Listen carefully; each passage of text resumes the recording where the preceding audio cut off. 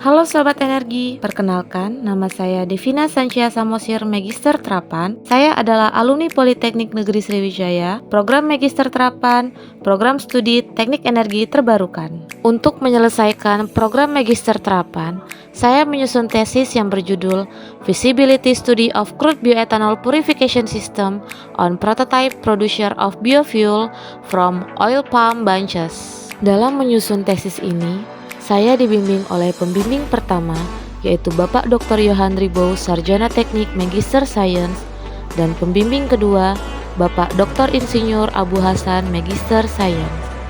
Menurut sumber Kementerian Pertanian tahun 2019, total luas kelapa sawit di Indonesia sebanyak 16,38 juta hektar dengan produktivitas relate nasional per tahun 3,36 ton per hektar. Buah kelapa sawit diproduksi untuk menghasilkan produk berupa minyak goreng dan produk sisa berupa tandan kosong kelapa sawit.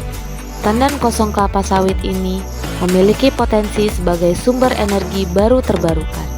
Dalam penelitian ini, saya menggunakan tandan kosong kelapa sawit sebagai bahan baku dalam produksi biofuel. Tandan kosong kelapa sawit ini saya peroleh dari PT Swadaya Indopalma.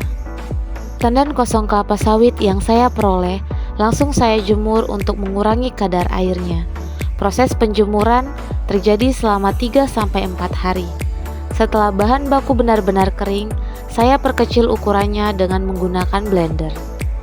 Setelah di blender, diperoleh hasil sampel dengan ukuran yang sangat kecil. Bahan baku kemudian dianalisa kadar lignin sesuai dengan prosedur SII nomor 0528-81 dan dianalisa juga kadar selulosa sesuai dengan prosedur SNI nomor 0444. Sampel kemudian dilakukan proses penghilangan kadar lignin, yaitu dengan proses delignifikasi.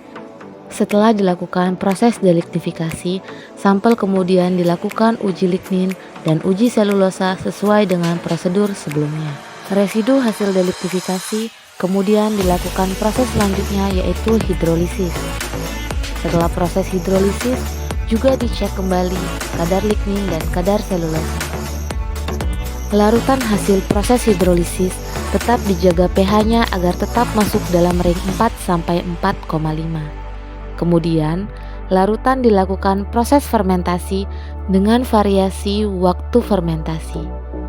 Di setiap variasi waktu fermentasi, tetap dicek kondisi pH-nya serta dilakukan proses pengecekan persen crude bioetanol. Sampel dari proses fermentasi kemudian diproduksi dengan menggunakan prototipe alat penghasil biofuel. Pertama-tama, keringkan alat dengan membuka valve di bagian belakang alat. Setelah kering, tutup kembali valve dan pastikan valve tertutup secara rapat dan baik.